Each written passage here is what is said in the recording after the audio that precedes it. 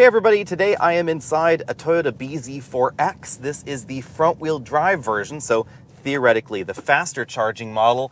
And it just so happens that I live relatively close to one of the few Tesla Supercharger stations in the United States that has the new Magic Dock connector, meaning you can charge theoretically any CCS-compatible EV with that Tesla Supercharger station. And my nav system is taking me over there because, according to this vehicle, I have about 50 miles of range left. That's not a lot since this vehicle has an EPA rating of about 250 miles or so. As we drive to the Supercharger station, let's talk a little bit about CCS versus the Tesla Supercharger network. At the moment, the Supercharger network is a 400-volt nominal system only. We expect the next generation to support 800-volt charging, but we don't have a lot of clarity on that. Meanwhile, in the CCS world, most of the new chargers that are going in, especially Electrify America, EVgo, etc., those all support 800-volt charging. So that's what's required currently to charge faster than about 250, 260 kilowatts. So think the fastest charging EVs like the Lucid Air, the Hummer EV, etc. Now, interesting twist, the eGMP platform vehicles from Hyundai and Kia, they don't really need to be 800 volts to charge that fast because Teslas charge at 255 kilowatts, and the peak in the EV6, Ioniq 5, etc. is about 235 kilowatts. So that could work in a 400-volt system. However, those batteries are not designed for that. I'll talk about that more in a separate video, but just to touch on that a little bit, the important thing to know about supercharging is up until this point, it's been a completely closed ecosystem. Tesla designs the cars, they design the chargers, they test everything to make sure that it all works well. When new software rolls out for the charging stations or for the cars, they can validate all of that in-house, make sure it runs really smoothly. When it comes to the CCS adapters, that is not the case. Tesla does not have access to all of the new EVs and all of the new software versions for every new EV out there, which is why we're starting to see some weird things with the Magic Dock and new EVs. Most notably, the Kia EV6 that we recently tested. We're actually going to put out a new video on that soon because some extra information has come to light. Effectively, there is an incompatibility between the buck boost converter that is natively inside the Kia EV6, the Ioniq 5, Ioniq 6, etc. That is what bucks the voltage up to the higher voltage the battery can accept from the lower voltage that Tesla uses in their standard. There's an incompatibility there, and as a result, the agreement between the two companies is that charging is capped to about 60, 65 kilowatts. It used to go a little bit faster. They've actually dropped that down because of some of the compatibility issues. So let's go ahead and see what this BZ4X will do when we plug it into the Supercharger Magic Dock.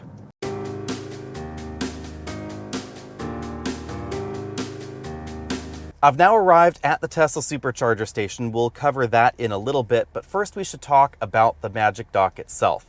This is not a Tesla tap, so you cannot grab a Tesla tap, plug it into a Tesla Supercharger station, and expect it to work. And that's because the Tesla Magic Dock is more than simply the hardware adapter on the station. It's also the software at the station and the software integration within the Tesla app, because there is no way to pay for your charging other than using the Tesla app on your smartphone.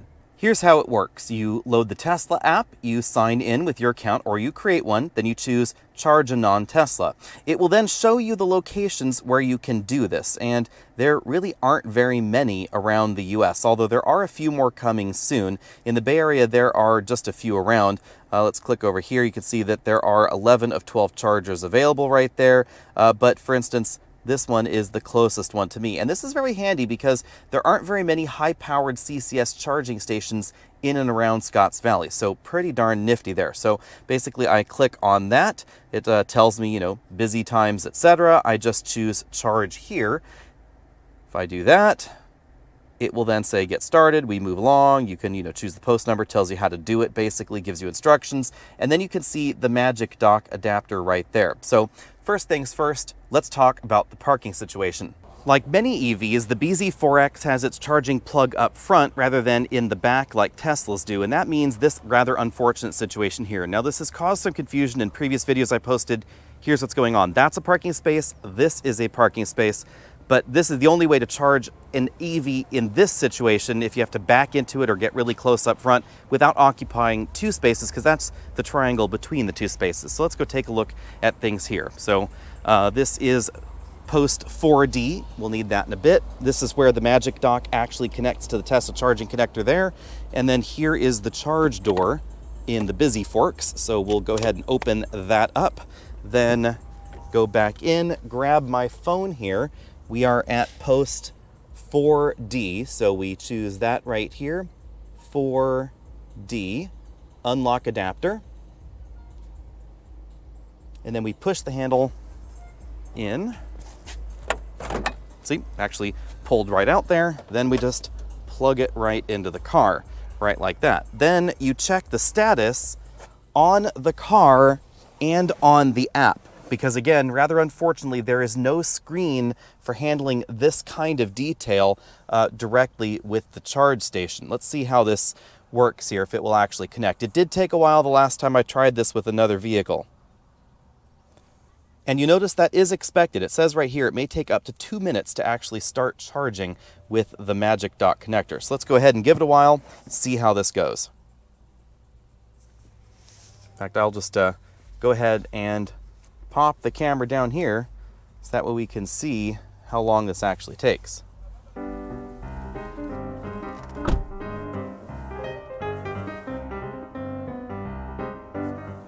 It says no car detected, so we're gonna have to try that again. So again, go down here to 4D, unlock adapter. We have to plug it back in, of course.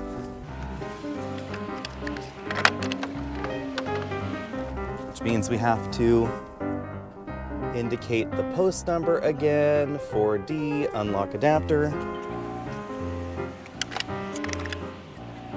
And let's see if it will recognize the car this time. We may have to try post 4C. This is again what I was talking about earlier about the incompatibility with software. You'll notice that if I take a look at the car's screen over here, it does have a little red charge icon, which does indicate that the car is a little confused about what's going on. So let's see here what this would be like. Oh, here we go. We've actually started. So let's go ahead and ignore that. We're now charging 98 kilowatts. This is actually going a little bit faster than I had expected for this BZ4X because its charge rate is actually not overly swift natively. But you'll notice we don't, we're going up 117. Theoretically, the peak rate in this vehicle is 150 kilowatts, and this is already charging faster than an EV6 or an Ioniq 5 would on the Magic Dock connector here.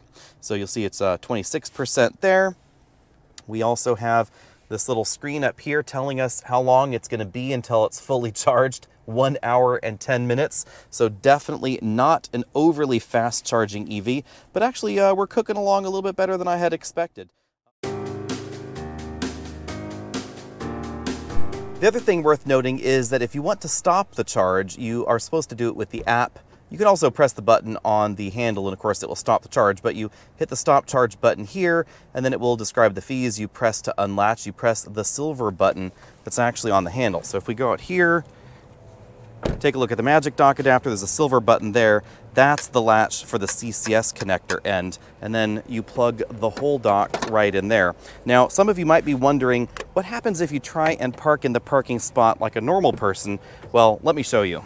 This would be the problem with trying to plug a non-Tesla into this station, because you can see Teslas are designed to be backed into the Supercharger station with that really short cord right there. Charging door is always over there on that side, which means that this charge station here is the only one that maybe could reach here if I could actually pull a little bit further forward, but then I'd be occupying the charger for this spot to the left, not the charger that was actually intended for this particular parking location. Let's see if this charge cable will actually reach. Let's go back into the Tesla app and we will go ahead and charge our non-Tesla again. So there we go, we selected the place. This is post 4B. We'll unlock this adapter and see if it reaches. I'm guessing it won't. Let's see. Pull that out and nope, that won't even reach. So not only can I not occupy the correct spot, if I occupy the one adjacent to it, it actually won't even reach to charge this Toyota BZ4X. So here's the situation. You theoretically could charge here, but then you're occupying two spaces. You're occupying that space over there and you're occupying this space over here, which is no doubt going to make lots of Tesla drivers very unhappy that you're occupying 2 parking spaces. And then, of course, you are really, really close to the supercharger itself as well. And of course, now that I have moved the BZ4X into this charging spot and plugged it into a different charge connector, this one does not actually want to charge the car. It keeps erroring out. It actually did it 5 times in a row. So these are some of the realities of trying to supercharge a non-Tesla EV in a spot like this. Then again, we have the reality that you are occupying quite a lot of Tesla charging spot simply because of the length of that cable and the position of the charge doors in the BZ4X. So we now have definitely enough charge for what we need to do. So we're just going to stop occupying so many charging spots and just take it on home. So there you have it. That is the reality trying to DC fast charge a non-Tesla EV at a supercharger station.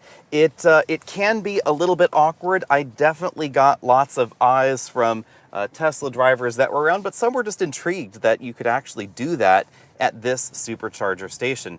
Now, of course, in addition to the fact that you are going to be occupying multiple charging stalls, the other thing that's likely going to offend some Tesla drivers out there is the length of time that you may be occupying that charging stall, because this certainly does not charge as quickly as any Tesla that's currently on sale now. Its peak charge rate is a lot lower, and its average charge rate is lower. So it's simply going to take longer to get to the charge level that you might be interested in. I ended up spending about 25 minutes there. I got from about 25% battery state of charge to about 60% state of charge after having plugged it in and plugged it into other charging stalls and all the testing that was going on. So it wasn't just pure charging there for that time frame. Reasonable amount of charging. I averaged about 110 kilowatts as far as the charge rate from that 25% to about 60% state of charge level. But at 60% state of charge, this was already dropping down towards 85 kilowatts. So it is not a speedy charging EV. Anyway, hopefully that has given you all the details you were interested in about magic charging or magic dock charging your non-Tesla EV at a supercharger station. Be sure and stay tuned for extra content on this Magic Dock location, because I'm going to try and snag a bunch of different EVs and see how they perform on that Magic Dock, see if it can actually hit their maximum charge rate. The biggest ones, of course, that I'm interested in would be the new eGMP platform vehicles from Hyundai and Kia, because they're very quick charging, but there are those compatibility issues with the CCS adapter there at those Tesla stations. So that's going to be an interesting thing to keep an eye on. As always, be sure and hit that subscribe button at the bottom of your screen so you can be updated on all of our latest videos. Find us over at Facebook, Twitter, and Instagram, and we'll see all of you next week.